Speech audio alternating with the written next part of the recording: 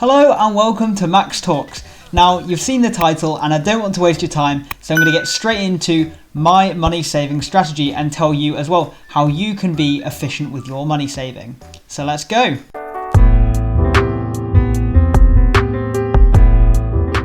With any money saving strategy, the most important thing is to start out with an emergency fund. And in case you don't know what this is, any financial YouTuber on the planet will tell you what an emergency fund is. Basically, it's just, some money that you've set aside in case something really bad happens, and some money that you can use to cover yourself in case circumstances change. Obviously different people will have different needs, but for the most part, people will say to have an emergency fund for about 6 months worth of expenditure. So if something were to happen, you could survive for 6 months. So in the past, you might have put your emergency fund into like a savings account or something like that. But obviously I'm going to be sharing what I do. And just a disclaimer, obviously this is not financial advice. I'm not a financial advisor. Make sure you do your own research, and because everyone's circumstances will be different, make sure that what you're doing is right for you. So I personally put my emergency fund into the premium bonds. If you're not aware what this is, they're basically a form of a bond, and it's through a company called NS&I. And basically, depending on how much you put in, you get a chance of winning an amount of money tax-free every month. So I think it's drawn at the very start of each month, and you can put in a minimum of £25, as it says here. And as it says here as well, all the prizes are tax-free. Now, the rates of saving, or the quote-unquote interest rate, recently went down to 1%. Now, it's not like a kind of interest rate as you would get in like a savings account or a bank, because you're not guaranteed any return or any money. However, you have the chance every month of winning up to £1 million. So there's quite a few different kind of prizes available, and the odds basically they kind of change based on how much you have in there. So let's say, as an example, that you have by the way, you can also put a maximum of £50,000 in there. So I mean, as I said, this is my emergency fund. I don't have 50 grand in savings for my emergency fund. But yeah, so if you do have a relatively small emergency fund, that's cool. Before you do any other money saving, make sure that you have your emergency fund, put it in somewhere safe that, is covered and that sort of thing. And of course, this is covered by the FSCS financial protection. So your money is protected up to £85,000. So let's say, this is a money saving expert premium bonds calculator. And you can kind of see, you can see what your chances of winning are. So let's say, for example, that your monthly spend is £1,000, just to make it easier, right? So if you're going to be using this for your emergency fund, you'd probably have like 6,000 in there, let's say. So that's enough to cover you for 6 months. And over a year, let's see what you could expect. So with average luck, you could save, you'd win £75, which, is not that great, but at the same time, that's average luck. If you get really, really, really lucky, you could win $1 million. I mean, you don't know. And I guess it's like a kind of a risk-free way of playing the lottery, not endorsing gambling or anything like that, but it means you don't have to kind of pay every week or every month, and you still get a chance at winning something big, something a bit exciting. So that's what I do with my emergency fund, because I think it's a relatively safe investment, and there's obviously there's a chance of winning kind of every month, and I think that's quite exciting. And it's probably, you may get better returns in a savings account, you may not, but yeah, that's what I do with my emergency fund. And then in terms of the next saving, the next thing that I do with my money and my savings is I've tried to maximize my lifetime ISA. So I went through this last week in my video on how to kind of save for buying a house. If you haven't checked that out, you can check that out somewhere on the screen. I'll put a kind of video link to it. Basically with this, you can put in £4,000 every year until you're 50. You have to be between 18 and 40 to open a lifetime ISA.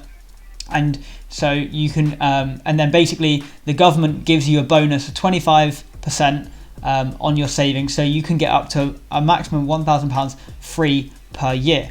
However, it's not as simple as because I mean, if it was just cash, then you would probably put your emergency fund here because it makes sense, because you're getting a guaranteed 25% year-on-year return, which is absolutely insane. It's like the best guaranteed return that you're going to get. Obviously, there's a bit of a catch in terms of you can only use this lifetime ISA for buying a house if you've not bought a house already, or for retirement. And if you kind of withdraw it before you use it for that purpose, then you will lose the bonus that you gained, if that makes sense. So for me, this makes total sense. I'm working towards being able to get on the property ladder and buy a house. So every year I try and maximize out this lifetime ISA, because like I said, it's 25% return. So £3,000 every year. In my head, that just makes total sense. And as I said, this is going to be going towards my first house. So one thing I should mention is that with your lifetime ISA, you can get it as a cash lifetime ISA. So it kind of sits there and you get a bit of interest on that as well as the bonus. Or you can get a stocks and shares lifetime ISA, which obviously you can invest in stocks and shares and get the returns on that as well. The thing that I don't like about the stocks and shares one, and why I'm not using it for this, is because with stocks and shares, you're not necessarily as guaranteed, and it depends on when you're looking to buy a house, because I don't know, if I was looking really long term, then a stocks and shares ISA might be a good thing. But the thing is with such a big investment, you just can't afford for it to go too far down, especially when you're looking to put such a big down payment on, like a deposit or something. If a market crash happens and all of your money towards your house is in stocks and shares, I don't like the risk of that. So personally, I've gone for a cash lifetime ISA, and this is my second port of call for my savings and kind of my saving strategy, if you like. So down here, you've got a list of different cash lifetime ISA providers, and up here, while I was talking about the stocks and shares one, you can see here, and this is on Money to the Masses. It's a quick kind of comparison tool. You can use it to figure out kind of where you want to go and what you want to do with it, and it's useful so you don't have to go to each individual website and compare. Obviously, these are going to change, but this is a useful at a glance kind of breakdown, and they've got other information further down as well, which I won't go into. So I'm just kind of putting it in there to kind of showcase the amount of providers that are out there and what you can invest in. So then after this, my third and final kind of way of saving my money is through a stocks and shares ISA. So basically, with a stocks and shares ISA, you can put up to £16,000, or I can put up to £16,000 per year into this. This is because in the UK, we get £20,000 annual allowance in ISAs. So if you don't have a lifetime ISA, then you can put £20,000 into a stocks and shares ISA, or you can split it between the other different ISAs and stuff. But for me, I think that going into a stocks and shares ISA makes the most sense for me, because I'm able to invest in whatever I want to invest in and do a bit of research and get some maybe larger returns, a lot larger returns than if I was to just put it into the bank, where the interest rates are absolutely shocking, or even into a savings account. So let's have a little talk and showcase the stocks and shares ISA that I've done. So any money that I've got left over after, so my emergency fund is full, so after maximising the £4,000 into the lifetime ISA, any other leftover money that I've got to save goes into the stocks and shares ISA. So I personally chose Vanguard stocks and shares ISA because it's one of the cheapest providers for the stocks and shares ISA. And for me, I'm looking for efficiency, I'm looking for long-term growth, and I am looking to not pay an arm and a leg. It's not like I've got millions to play with or anything like that. I want to maximise my returns and minimise the cost. And Vanguard is one of the largest financial institutions in the world, and they offer a stocks and shares ISA, which I have taken out with them this year and started this year.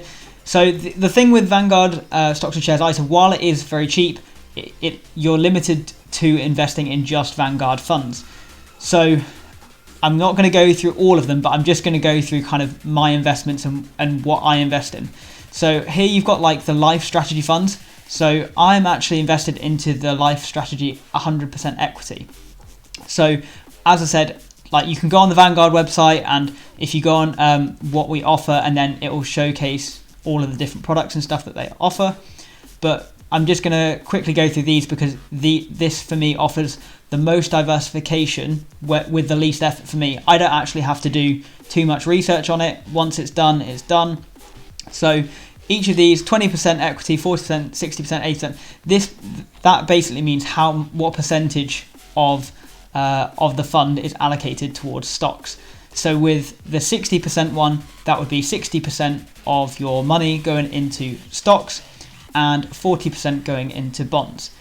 So I've picked the 100% stock equity fund because it is the highest risk factor of all of them, but I'm going for a very, very long-term view here.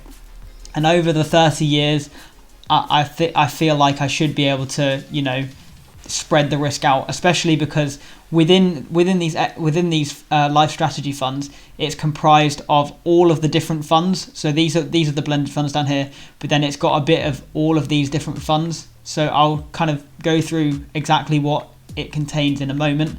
But this is the main one that I'm invested in, and just to prove and showcase the costs, because I know there's maybe people out there who are kind of scared of investing, or they think that there's a huge barrier, or you have to do a lot of different research. And obviously, it's different for everyone, and everyone has different needs and different interests. But personally, this is good for me because the costs are minimized. So on here, these are the costs. So ongoing cost, transaction cost, one-off cost, plus the account fee equals the total cost. So we're going to go down. I hope you can read this. I'll see if I can zoom in a little bit. Here we go. So if we go down, there's a lot on here, but we're just going to highlight the one that I have invested in for the most part. So this is the 100% equity fund, which is, there's two different versions there. It doesn't make any difference. They're both the same. So yeah, so you've got 0.22% ongoing cost, very, very cheap, 0.03% transaction cost, and then a 0.15% account fee. So that equates to 0.4% overall, which is very, very minimal. So like that is the total which is taken off your investments, which is practically nothing. So as you can see, this is kind of what I've invested in, and because when you invest, you might think, okay, well, like I don't know enough about stocks and stuff to be able to invest, but you don't need to necessarily. This offers diversification, and that's the key thing that I'm looking for here. I want to be able to invest in one thing and then have the kind of risk, I guess, spread all over the world. And you can see through here, so 42% North America, 29% United Kingdom. You got some in Asia, some in Japan, some in Europe. It's kind of spread everywhere. So the risk is spread. It's not like if one country completely goes under, then I'm absolutely screwed. I mean, probably everything will have a knock-on effect, of course. And just to showcase the diversification and the allocation, 14% in UK All Share Index Unit Trust, 14% US Equity Index Fund, Developed World, apart from the UK Equity Index Fund, S&P 500, that's in America, the largest 500 companies there, emerging markets, so again, taking advantage of potential growth. And you can see down here, it's allocated between lots of different sectors as well. So of course, that's not going to be for everyone, but I wanted to share my savings strategy because I think it's important for me to be transparent and to showcase my learning. I mean, I'm called Max Talks, and who would I be if I didn't kind of share and talk about the things that I'm interested in and the things that I've learned, especially, over the last kind of year or so, been learning quite a lot about investing and saving, and I wanted to share that with all of you, especially because I know there's a lot of people and a lot of my friends who maybe aren't as familiar with investing, or they think it's tricky or difficult to get started. It's really not too bad. So really want to thank everybody very much for watching.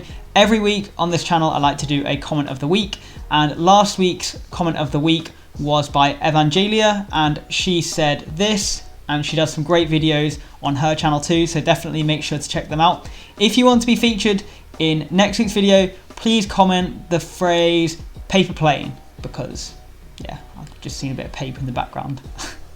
Anyways, thank you very much for watching. If you enjoyed, leave a like rating, subscribe for new videos every single Sunday. Hit that bell for notifications, and I'll see you next Sunday.